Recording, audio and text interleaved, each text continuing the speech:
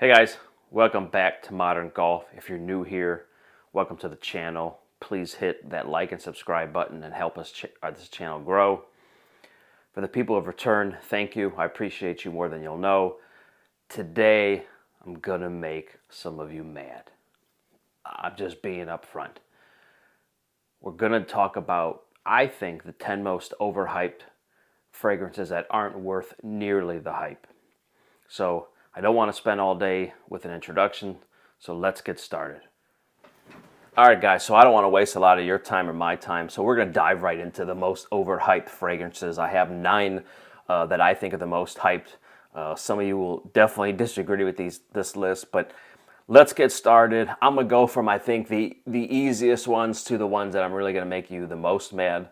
So let's just get started with this list. So in my last spot, which is number 9 on this list, is BDK's Gris Charnel, and I've had the EDP and the extract. I have both. I actually have, as you guys can see right here, I have a decant here with a most recent batch, so these aren't old. And I initially wore this in the fall season and kind of liked it. It was kind of a cool fragrance to wear in rainy kind of seasons, cooler seasons.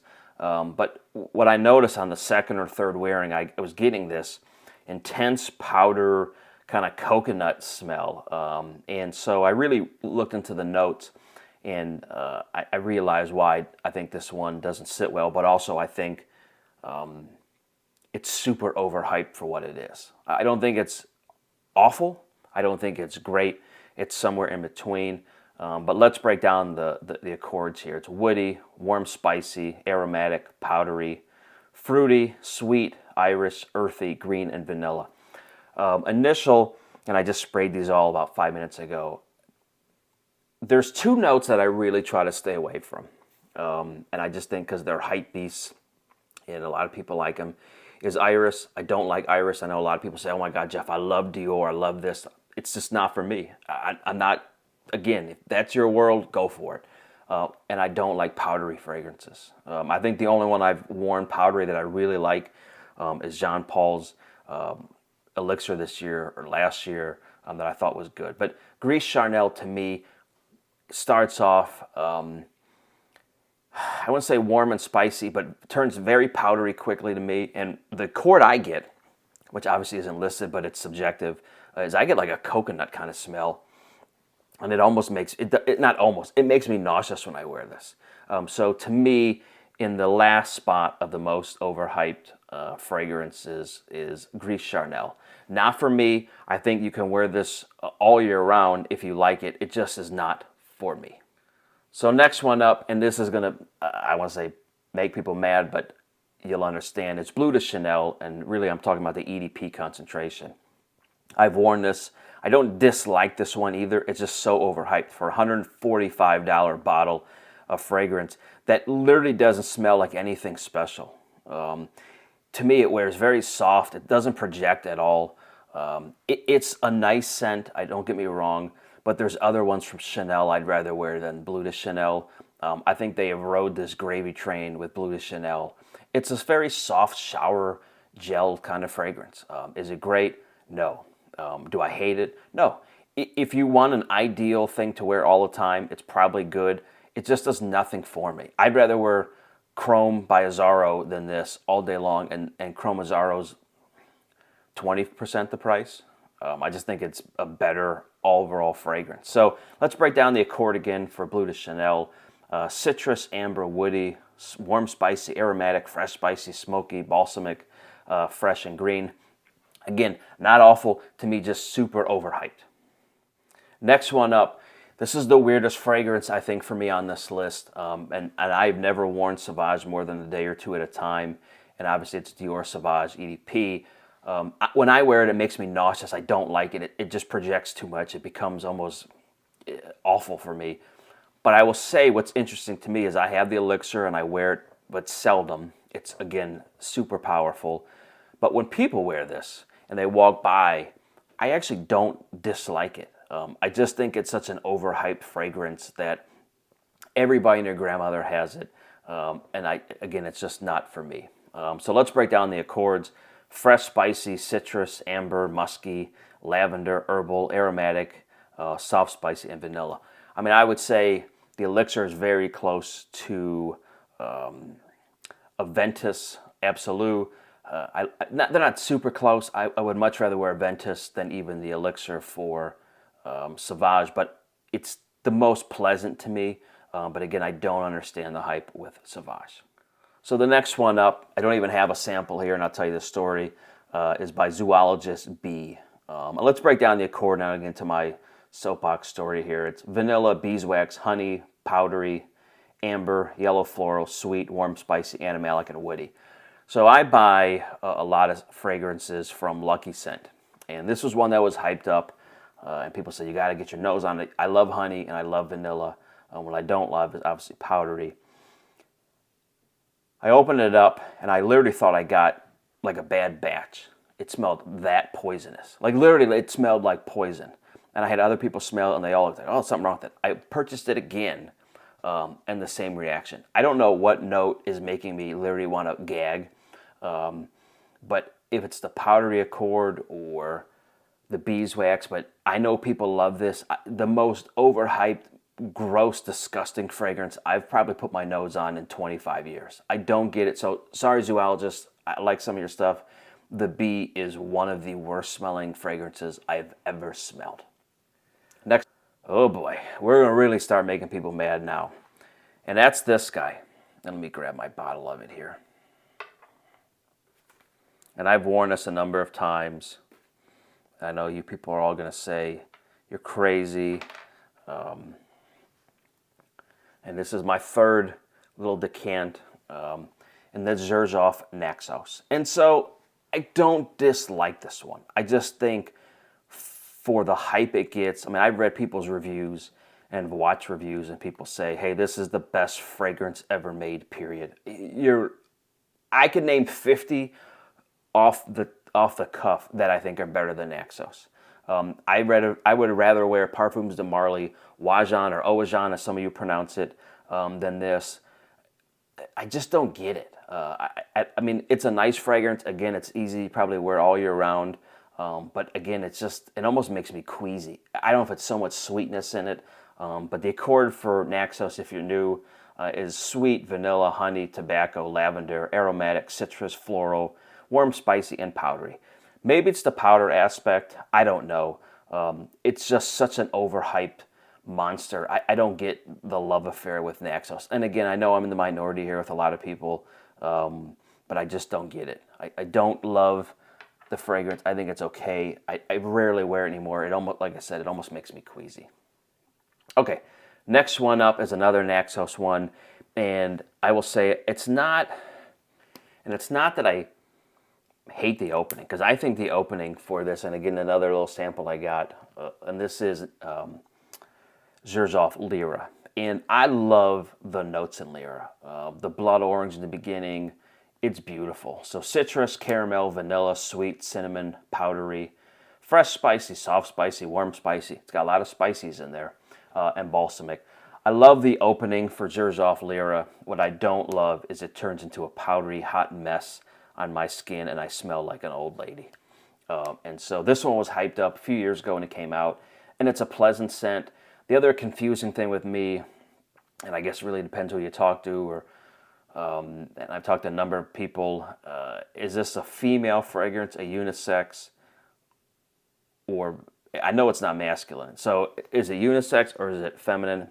I mean, it leans so feminine to me on my skin that I don't wear it anymore. So if anybody wants this decant, man, hit me up. I'll send it to you guys. It's just, I've worn it. It's okay. Again, I think this is a fall and winter fragrance. It's just such a hype piece that for men, I don't know how men are wearing this all the time. Next one up. Oh boy, we're going to really start making people mad. Goldfield and Banks Pacific Rock Moss. Again, super hyped. The best freshie I've been told. I don't think there's anything overly unique with this one at all. I think for the price point, it's so overhyped and so overpriced. I don't get it.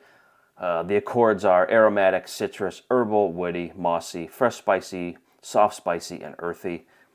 It's not an awful fragrance. Like, I don't hate wearing this, but I would rather wear Silver Mountain Water, or I mean, there's a million other fragrances I'd rather wear for the money than this one. I think it's okay. I think it's overhyped. I think the fragrance community loves to hype these fragrances like it's the next coming. Obviously, this one's been out for a while. I would rather wear a lot of fragrances over this, and literally could buy 3 and 4 bottles of it over Pacific Rock Moss. It's okay. It's not great. Again, super hyped. I don't get the love affair with it. Time to really start making you guys mad. Marc Antoine Ganymede. I think this may be, I don't say the most hyped, because I have a couple coming up that I think are more hyped. Ganymede to me is, I think it's nice. I think it's a 7 out of 10 fragrance. I think it's a 3 seasons, maybe 2 of the year. Let's break down the accord real quick, then I'll get on my soapbox real quick. Mineral, warm, spicy, leather, oud, ozonic, woody, citrus, fruity, aquatic, musky. Again, I don't hate this one. It's not my least favorite on my list. I just think it's such a hype beast for what it is. I just don't get it.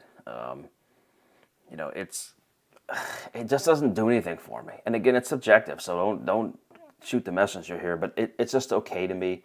I think it starts off very mineral-esque and gets ozonic on me, and then it turns into like this musky kind of mess that it seems like it's trying to do multiple things. And again, I think for the price point, and I guess that's what I mean by some of these when they're overhyped. If this was a $110 bottle, you'd say, yeah, okay, it's good for $110. But for a $300-some bottle, so overhyped, so overrated, so over everything, I think it's okay.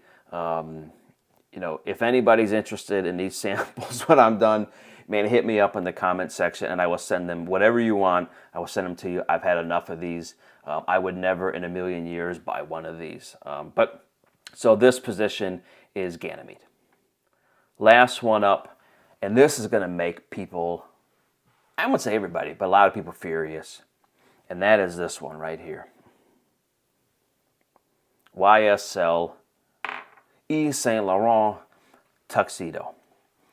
Tuxedo to me it's an okay scent. I think it's so overhyped. If you ever got your nose on Moschino Toy Boy, and then you smell this, you're like, wait a second. One I can pick up for $50, and one is $300 or $250.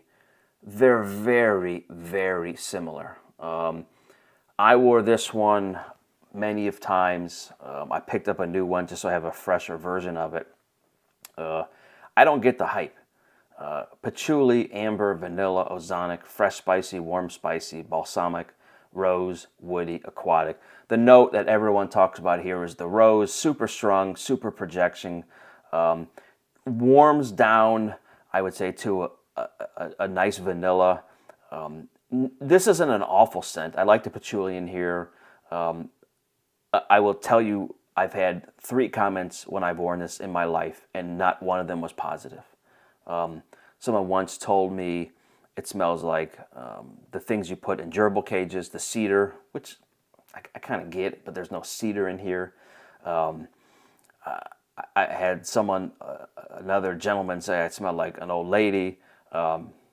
So I don't hate this fragrance. And again, if anybody wants this one, hit me up in the comments. If you're a subscriber, if you're not a subscriber, I'm not sending them to you. If you're a subscriber and you want them, hit me up. I'll send you what you want. I just think it's okay. I don't think it's something that, I go into these samples to try and buy. And even when I smell it, all I get is really the rose out of here. It's not an awful scent, but again, just super, super overhyped for what it is. So anyway, guys, I just want to kind of get this off my chest of some of these fragrances I've been testing that I thought, where are these people coming from? I mean, some of these are so overhyped. I think, unfortunately, with the frag community, people get so caught up in price points where, like, I could take, and these are just ones I'm screwing around with, but I could take, like, a Jean Paul Elixir. I think it smells better than every one of these. I think I could take oud wood, and it smells better than all these. I think I could take Creed Aventus cologne. It smells better than all these. And so, again, it's subjective, but my opinion is I just think these are all overhyped. So, anyway, guys, hit me up if you're a subscriber and you want what's left of these samples. They're yours, no problem. As long as you're in the domestic U.S., I'm not sending these overseas. But hit me up. Like I said, you can have them. And let me know what other fragrances you think are overhyped. So anyway, guys, hope you had a great week. Hopefully this wasn't too long. We will see you guys next time. See you guys.